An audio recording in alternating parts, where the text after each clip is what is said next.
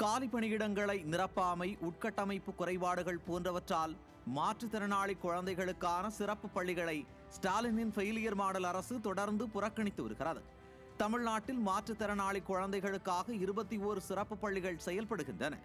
இதில் 2021 முதல் 2250 மாணவர்களை சேர்க்க இலக்கு நிர்ணயிக்கப்பட்ட போதிலும் 2024-25 1023 மாணவர்களே சேர்ந்தனர். ஆசிரியர் பற்றாக்குறை முக்கிய சவாலாக உள்ளதால் 8 மாணவர்களுக்கு ஒரு ஆசிரியர் என்ற விகிதம் பெரும்பாலும் பூர்த்தியாகவில்லை. உள்கட்டமைப்பு குறைபாடுகள், கிளப்பிங் வகுப்புகள் மற்றும் தலைமை ஆசிரியர் பதவி காலியாக இருப்பது போன்றவை சிறப்பு பள்ளிகளை சீரற்ற பள்ளிகளாக்கும் என குற்றம் சாட்டப்படுகிறது. இதனால் இத்தகைய கல்வி முயற்சிகள் நடைமுறையில் தோல்வியடைந்து மாணவர்களை பின்னுக்கு தள்ளுவதாகவும், முறையான சீர்திருத்தங்கள் இல்லையெனில் இப்பள்ளிகளின் நோக்கம் நிறைவேறாமல் போகலாம் எனவும் கவலை தெரிவிக்கின்றனர் கல்வியாளர்கள்.